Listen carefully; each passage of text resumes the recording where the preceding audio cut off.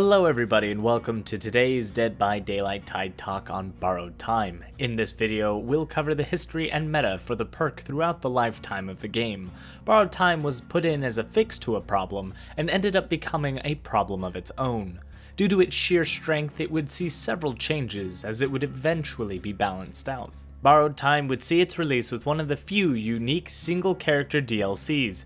Bill Overbeck would be released with the PC exclusive chapter of Left Behind in patch 1.4.2. Upon saving a survivor off the hook with the killer's terror radius, both the survivor who gets saved and the one doing the saving will gain the effect of Borrowed Time. This perk will remain active for 20 seconds, and if the survivor would enter the dying state during this time, they will instead enter Borrowed Time.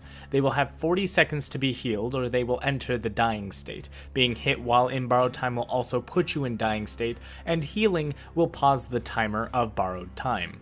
During the release of this perk, the game was suffering from several balance issues, and one of them was face camping. Many players may complain of killers today face camping, which is to stand directly in front of the hook facing the survivor until they die, but back at this time there was a reason for killers to stand in front of the survivor. Survivors could only make a rescue from the front of the hook, and the killer could use their body to prevent survivors from even making a save. A common strategy would be to block the rescue, and if a survivor came by, you would get a hit on that survivor and have them make that risky save. Once they go for that risky save, you gambled whether or not you could attack fast enough to take them out before they got an actual rescue. If they did, it was no problem. You left that other survivor slugged on the floor and chased down the freshly rescued survivor, taking them down and then returning them back to the hook. Borrowed Time was the answer, as it protected both survivors and made it difficult for a killer to camp.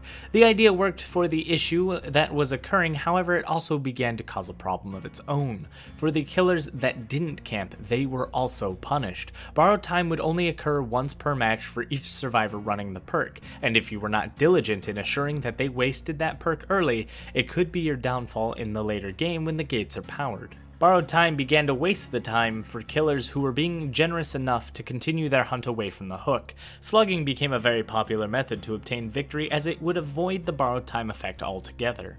It wouldn't be too long after that this method would be removed in patch 1.5.0 as the dark times began to find its end. Now that slugging was not as common, since Saboteur no longer permanently destroyed hooks, Borrowed Time quickly made its way into everyone's build. Unlike other perks, this DLC character was free, making it accessible for every player to pick up the teachable perk. Players began to make tactical saves, trying to conserve their Borrowed Time for after the gates being powered in order to make guaranteed saves at the end of the game.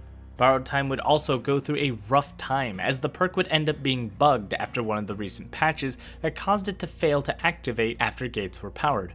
Players began to drop the perk or started using it immediately as to farm their allies for points, regardless if they could escape or not. This issue would be fixed in patch 1.6.0, and Borrowed Time would be restored to its previous glory.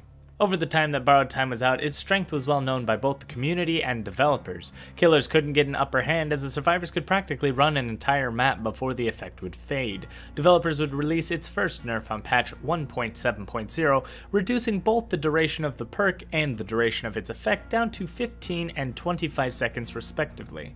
The change was not a massive one, and to the overall strength of the perk it was hardly affected, but it did help killers slightly in terms of waiting out the perk so that they could avoid the effects of it completely by counting out the 15 seconds.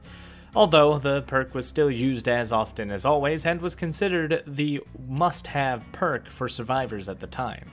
It wouldn't be for another half a year before Borrowed Time would hit the chopping block again, as it would officially meet a dramatic change that would remove it off the top survivors must-have list.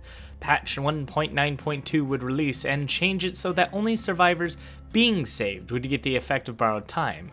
However, Borrowed Time would now also have unlimited uses. Borrowed Time would not be completely left out of the meta, but the perk was no longer a must-have. It no longer protected the user, making it easy for killers to swap out survivors on the hook. This became very beneficial for killers that could insta-down a person making a save off the hook, although it was still common to see survivors use this perk to prevent killers from tunneling down a single survivor. The final change to Borrowed Time would be found in patch 2.4.0, as it would have its effect combined with the effects of Deep Wounds. Instead of applying a Borrowed Time effect when taking a hit, it now applies Deep Wounds with the same conditions of the previous Borrowed Time. This means that survivors could also mend the effect off themselves without the need of self-care. So how does it fit in today's meta? Well, today it may have slightly more use than it did in patch 1.9.2, as the effect of Deep Wounds punishes a killer for chasing the one affected by the perk. If a survivor was chased with Borrowed Time before, it would guarantee the survivor would go down over a period of time unless a gate was open and they could get out. Additionally, today we have a different method of victory, as we now have the emblem system versus just the requirement of 10,000 blood points. Instead, we now focus on emblems, and Borrowed Time really does help with the benevolence emblems, since it protects you from losing benevolence if the survivor you rescue takes a hit right off the hook, since they don't go down immediately. It may not be as strong as its release, but the developers hit a nice balanced spot for this perk. You protect an ally you rescue at the cost of your own life. The perk isn't a must-have, but it helps make some very ballsy rescues that you could not make otherwise. With there being such a large pool of perks these days, it's hard for killers to even predict whether or not you're running the perk until they experience it firsthand. And with that, it ends the journey that is Borrowed Time. What was your experience with this perk? Did you use it upon release, and do you still use it today?